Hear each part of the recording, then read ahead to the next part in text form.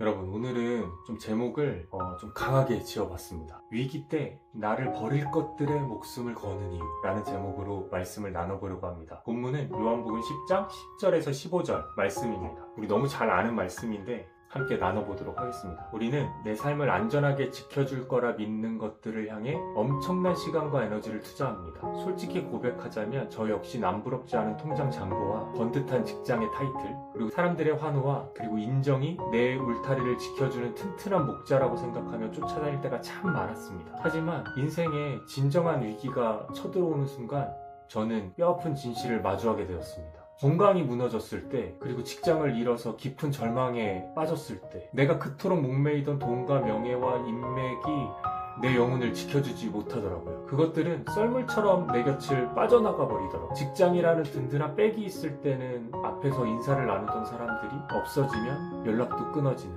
돈이 있을 때는 옆에서 뭐라도 얻어먹으려고 쫓아다니던 사람들이 직장을 잃었을 때 연락도 잘 받지 않는. 그런데 예수님은 바로 그 지점을 아주 차갑고도 정확하게 오늘 말씀에서 찌르십니다. 삭구는 양을 돌보지 아니하고 달아나느니라. 오늘 말씀과 이 이야기가 어떤 관계가 있냐고요? 좀 더 들여다보겠습니다. 우리는 왜 끊임없이 불안하고 공허할까요?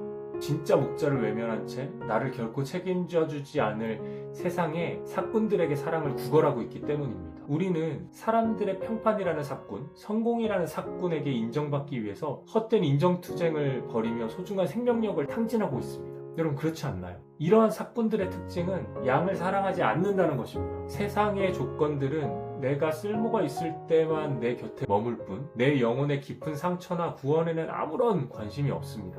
나를 사랑하지도 않을 대상에게 내 삶의 운전대를 맡기고 그 거짓된 안전지대 안에서 평안을 찾으려고 하는 것, 이 거짓된 의존이야말로 우리가 겪는 모든 영적 무기력의 진짜 원인일 겁니다. 오늘 말씀을 읽어볼게요. 요한복음 10장 10절에서 15절입니다. 도둑이 오는 것은 도둑질하고 죽이고 멸망시키려는 것뿐이요 내가 온 것은 양으로 생명을 얻게 하고 더 풍성히 얻게 하려는 것이라. 나는 선한 목자라. 선한 목자는 양들을 위하여 목숨을 버리거니와 삭구는 목자가 아니요 양도 제 양이 아니라. 이리가 오는 것을 보면 양을 버리고 달아나나니 이리가 양을 물어가고 또 해치느니라. 달아나는 것은 그가 삭군인 까닭에 양을 돌보지 아니함이나 나는 선한 목자라. 나는 내 양을 알고 양도 나를 아는 것이 아버지께서 나를 아시고 내가 아버지를 아는 것 같으니 나는 양을 위하여 목숨을 버리노라.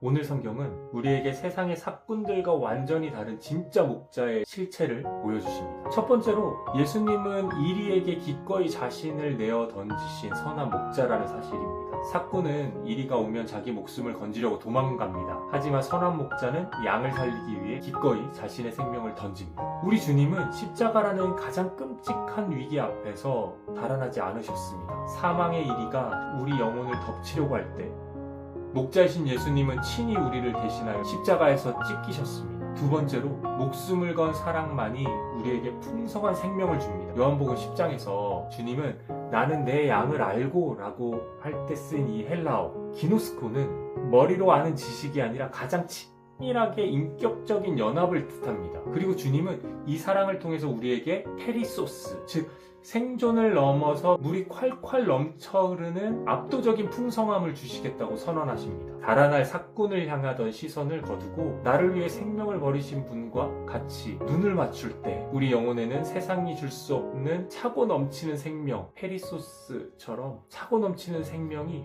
호수처럼 쏟아질 겁니다. 그렇다면 이 진리를 우리의 삶에 어떻게 적용하면 좋을까요? 저와 함께 오늘 딱 두 가지만 결심해보면 좋겠습니다. 첫 번째는 내 삶의 헛된 삭군들을 과감히 해고해버리는 거죠. 오늘 하루 나를 가장 불안하게 만들고 눈치 보게 만든 것이 무엇인지 한번 생각해보세요. 적어봐도 좋고요. 그게 돈인지 아니면 직장 상사, 선배의 시선인지, 그리고 단호하게 선포하는 겁니다. 이것들은 내 영혼을 책임질 목자가 아니다. 나는 더 이상 삭군의 눈치를 보며 살지 않겠다. 선포하는 겁니다. 두 번째로 삭군의 소음을 끄고 진짜 목자의 음성에 주파수를 맞춰보는 거죠. 양은 목자의 음성을 알아듣습니다. 내일 출근길이나 아니면 짜투리 시간을 내서 세상의 소음을 잠시 끄고 조용히 말씀을 펴서 묵상을 하거나 기도를 하거나 찬양을 해보는 건 어떨까요? 그렇게 주님의 음성에 귀를 기울여 보는 겁니다. 오늘 말씀을 가지고 우리 같이 기도했으면 좋겠습니다.